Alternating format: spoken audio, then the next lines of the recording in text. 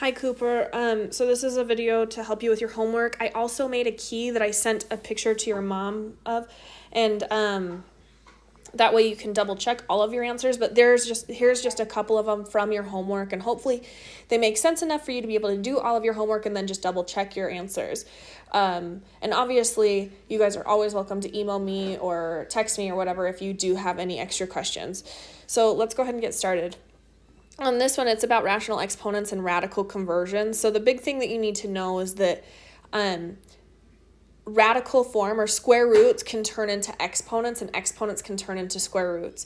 So I have this little formula up here that says x to the power of a over b can also be written as the square root or the b root of x to the a. Basically, I take the bottom of the fraction and I wrap it around into the square root.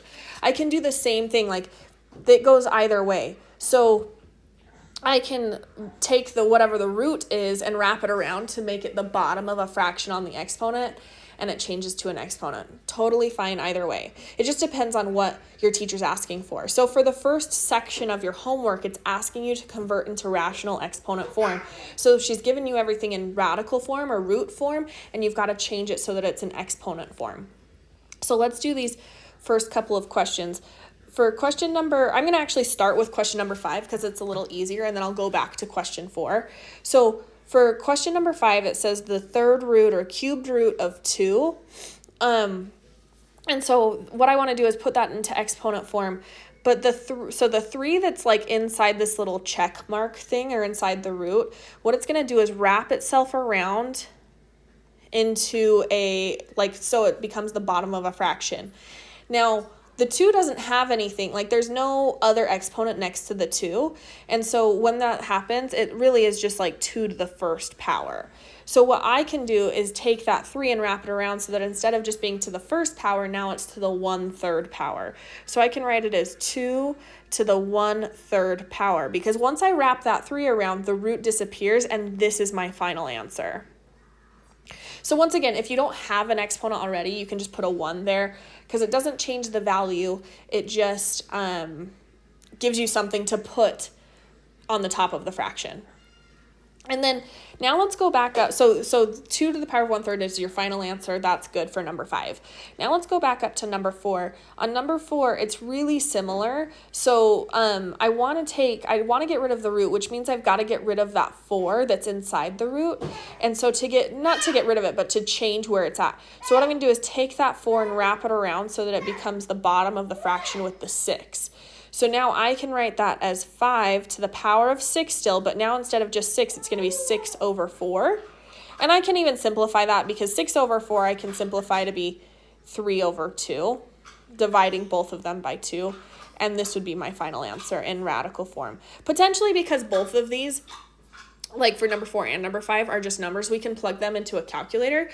But I believe, and I'll double check, so 5 to the power of 3 over 2.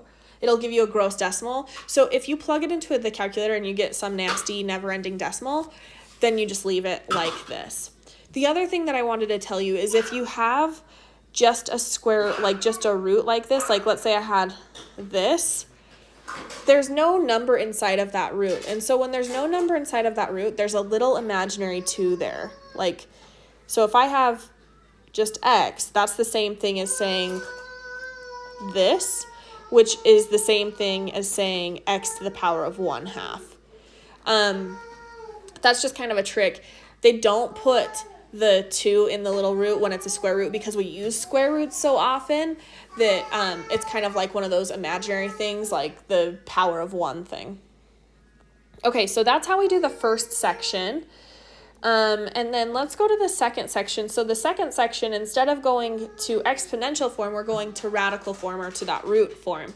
So on number 7, I'm going to start with number 7, and we have 5x to the power of 5 over 4. The first thing that I can do is I can rewrite it so that it's 5x to the power of 5 times the power of 1/4, so that I can kind of separate the bottom of the fraction from the top of the fraction. This is just an extra step to kind of recognize, oh, this can be separated. If you already understood, okay, I can just take the bottom of the fraction and wrap it back around, that's totally fine too. Because now what I'm going to do is take the 4 and wrap it around back over here so that it becomes a part of the root. So I can write it as this, but with a 4 inside the little check mark place. And then I would say 5x to the 5th. Now notice that I had to keep the parentheses. Notice that I had to keep the parentheses around the 5x. The reason why I have to do that is because the 5x is all taken to the power of 5 to the 4th. If I were to take the parentheses away, then it would look like it just the x is being taken to the 5th, and I don't want that to happen. So anytime you see a set of parentheses, just keep that parentheses there, or like keep it all within the same set of parentheses, just so that you don't change what it's actually doing. Like we want 5x all to be to the power 5th rather than just x to be to the power 5th. So number 9 is a really good example of that. So on number 9, we have 10n to the power of 3/2. This one doesn't have any parentheses. And so instead, like, what we can do is we can still do the same thing where we're saying, well, 3/2 is the same thing as saying 3 times 1/2. And so that 2 will wrap around and be a part of the square root. But because it's not in parentheses, the 10 isn't affected by any of this. So what's going to happen is we're going to have a 10 on the outside of the root, and then we have a square root where we have n to the power of 3, and then you have that little 2 right there. Now remember, I told you, and this again is because we don't have any parentheses. Like the 10 isn't affected by the 3/2 because the 3/2 is only affecting the n because of the no parentheses. And then remember, I told you that when we have a square root, we don't really need to write that little 2 inside the check mark. So I can rewrite this as 10 root n to the 3rd, and this is my final answer. And there we go. Okay, so that's how we convert from exponential to radical. So now let's go to the next section. The next section is asking us to simplify and write our answers in exponential form. So some of these are in exponential form, some of them are in radical form. And I'm going to try and do a couple of each just so that you have, let me make sure. Yeah, I did a couple of each just so that you could see what happens. So let's start with number 13. Number 13 is in exponential form already. And so what we're going to do is just simplify this down to a point where it looks a little bit prettier than it is right now. So this is called not product rule, quotient rule, power rule. It's called power rule because we have a bunch of exponents inside the parentheses, and then you have an exponent on the outside of the parentheses. When you have an exponent on the outside of parentheses like this, what happens is it gets distributed to everything on the inside. So I'm going to take the -2 to this 2. I'm going to take it to the x to the 3/5. I'm going to take it to the 10, and I'm going to take it to the x to the 1/5. So when I rewrite it, I can write it as like 2 to the power of -2, x to the power of, so when we have like 3/5 to the power of -2 like that, x to the 3/5 to the power of -2, we multiply the exponents. So it'll be x to the 3/5 times -2, which would give me -6/5. Again, 3/5 times -2 is -6/5. And then on the bottom, we have 10 to the power of -2, and then x to the power of 1/5 times -2, which would give me -2/5. Now, there's this rule in math that says that we really, really, really don't like negative exponents. And when we have negative exponents, in order to change them to positive, which is what we want, we're going to flip them. So if they're on the bottom, now they're on the top. And if they're on the top, now they're on the bottom. Because everything's negative, what I'm going to do is just literally flip-flop the top and the bottom and then make all of the exponents positive. So it becomes 10 to the power of +2, x to the power of +2/5 over 2 to the power of +2, x to the power of +6/5. All right, we're almost there. Now what I'm going to do is actually figure out what 10 squared and 2 squared is. So 10 squared is 100, and 2 squared is 4. And then I have x to the 2/5, x to the 6/5. And I can actually figure out 100 divided by 4 is 25. So I can write this as 25 x to the 2/5 over x to the 6/5. And then we're almost there, but we want to simplify the x to the 2/5 and x to the 6/5. And this is called quotient rule of exponents. So in quotient rule of exponents, basically, because I have two portions of x's, I want to combine them into one x with just one exponent. And what I'm going to do that, when they're on top of each other like that in a fraction, I can subtract the two exponents. So what I'm going to do is I'm going to say I'm going to do 6/5 minus 2/5, which would give me 4/5. So I'd have 25, and then I know I'm going to end up with an x to the 4/5. Now my decision is if it's going to be on the top or the bottom. In this case, it's going to be on the bottom. And the reason why it's on the bottom is because the way that I think about quotient rule is when I subtract the exponents like we talked about, but now wherever the biggest exponent was to begin with, that's where my answer lands. So because 6/5 is bigger than 2/5 and 6/5 was on the bottom of the fraction, then my answer, which is x to the 4/5, stays on the bottom. And so my final answer is 25 over x to the 4/5. And there we have it. And this is the only one that uses the quotient rule. So if that was confusing to you, I promise that we can go over it at some point when we're actually a little bit more face-to-face. But I did want to try and explain it all the way through for you. Okay, now question 14 is similar to what we did with 13, except for now we don't have that fraction. We still have to deal with the power rule with this -12. So I'm going to distribute the -12 to everything inside, which is the x and the y. And remember, with power rule, it multiplies the exponents. So I can rewrite this as x to the 2/3 times -12, which would give me -24 over 3. And then I'd have y to the 1/6 times -12, which would give me -12 over 6. Once again, I can simplify those. Those fractions can be simplified. So I can write that as x to the -8, because 24 divided by 3 is 8, and then y to the -2. And once again, you have these negative exponents. We really don't like negative exponents, and so to get rid of the negative exponents, we're going to shove them to the bottom of a fraction. Because you didn't start with a fraction in this case, we put a 1 on top of the fraction, so it'll be 1 over, and then on the bottom we'd have x to the power of +8 because we shoved it to the bottom, and y to the power of +2, once again because we shoved it to the bottom. And this is our final answer. We're done. Okay. Now let's go through one on the section where it starts in radical form or root form, and then we have to change it to exponential form. So for this one, what we're going to do is first change it to exponential form. It's going to be easiest to do that. So you see that we have this -1 in front. I'm going to kind of forget about the -1 for a minute, and then at the end we'll come back to it.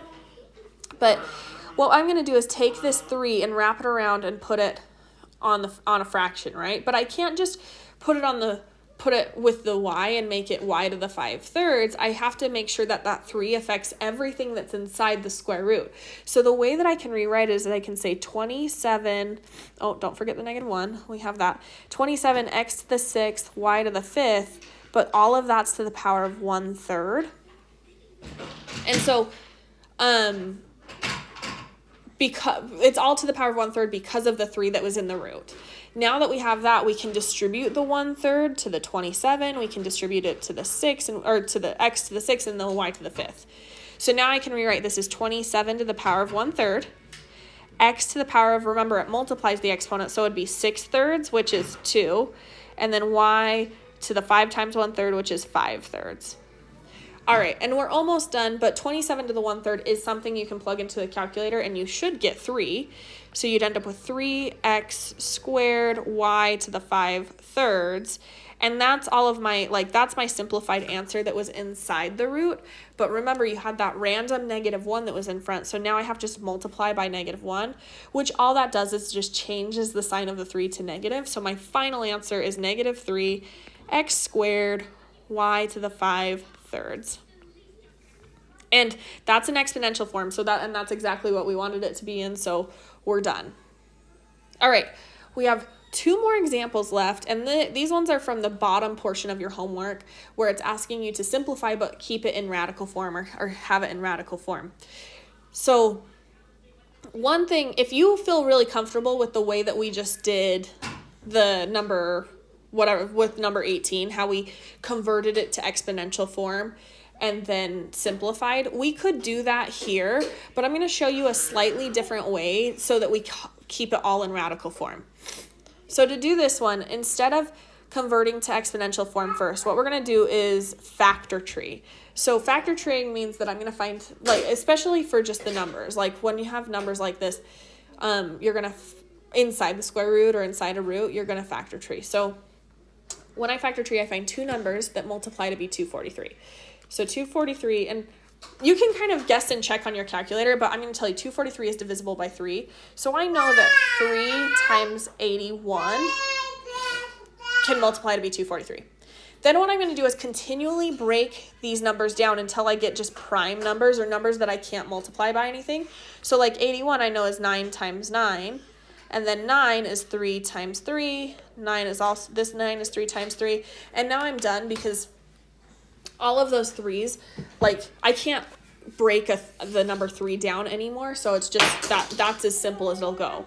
So notice, and I'm only looking at the edges of the branches. I have 1, 2, 3, 4, 5 threes. So I can rewrite 243 as 3 to the 5th. Because that's what it is. And you can double check that in your calculator. Plug in 3 to the 5th. It will give you 243. So I can write this original equation now as negative 6, the 5th root of, instead of 243, I'm going to say 3 to the 5th, and then x to the 10th, and y. Okay, now that we have that, remember, like when we wrapped around the 5th, like the root part and made it a fraction, that's kind of the same thing as taking this thing and dividing all of the exponents by it, right? So 3 to the 5th divided by 5 would just give me 3. So what that tells me is I have this negative 6 that's already on the outside, but I can pull a 3 out, like a 3 out, because if I wrapped this around and put it under this 5, it would be 5 over 5, which is 1. So that would just give me 3. Then I'm going to kind of do the same thing to the x. So now I have that 5th goes under the 10. And now 10 divided by 5 is 2, which means that I can rewrite that as just x squared, right? And then I could do that to the y, and I would put it under a 1, right? Because there's no exponent on y, and so it would be x to the 1/5. But we don't like fractions in this one. We want to keep it in radical form. So I'm not going to write x to the 1/5. Instead, what I'm going to do is write the 5th root of y. And that's the same thing as writing x to the power of 1/5, but when because we want to keep it in radical form, we have to leave it with the root. And so everything that can be simplified perfectly can be simplified perfectly and gets out of the root. But if something can't be simplified perfectly or is left with a fraction, then you keep it on the inside of the root. And so my final answer here, now I just multiply what's on the outside, and I get negative 6 times 3, which gives me negative 18 with the x squared, and then the 5th root of y. This would be my final answer in radical form. Okay, let's do one more. It's number 23. On this one, what we're going to do is simplify first by multiplying all of these out, and then we'll convert it to radical form. So to multiply these out, we're going to multiply the 3 and the 8. Those are your bigger numbers, which gives me 24. And then the x's, when I multiply exponents, I'm not actually multiplying the exponents, I'm adding the exponents. So it'll be 24x to the power of 1/3 plus 2, which gives me 7/3. Okay, now that would be the simplest form in exponential form, but we want to convert it to radical form. So to convert this to radical form, what I'm going to do is I am going to first, sometimes it's easier, let me think about how to do this. So sometimes it's easier, like you know how we did the last one where we said 20, or not the last one, but one before, where the exponent only affected the x. So we're going to keep the 24 on the outside, and then I'm going to wrap the 3 around so it becomes the third root of x to the 7th. So that is a perfect answer, and it totally works. I just want to show you one other thing, because I bet your teacher will ask you to do it this way too. So now, remember on this last one how we were like, oh, like for the x's, 10 divided by 2 is a 5, so we pulled out, or 10 divided by 5 is 2, so we just pulled out an x squared. On this one, we can kind of do something like that, because x to the 7th means that there's 7 x's, right? Now, I can't divide 7 by 3 and get a whole number. That's why we left it like this. But potentially, I could write this as 24, the third root of x to the 6th and x to the 1st. Because x to the 6th and x to the 1st gives me x to the 7th, which is what I already had. But now watch this. I can take this 3 and divide the 6 and make it 2. So I can pull an x squared out of there. So it would be 24 times x squared, because the 6 divided by 3 gives me 2. And then we would have the third root of x to the 1st. And that's like the stuff that's left over, or the extra. And this would be my final answer, like my simplified final answer, mostly because this is like now you don't have extras inside the root. Both this answer and this answer are totally fine, but I think your teacher will want the more simplified answer. So your final answer would be 24x squared with the third root of x. You could put to the first power, but you don't need to, because remember that exponent of 1 we don't need to write that down. I hope this video made sense. Like I said at the beginning, you're more than welcome to email me or text me or anything if you do have questions.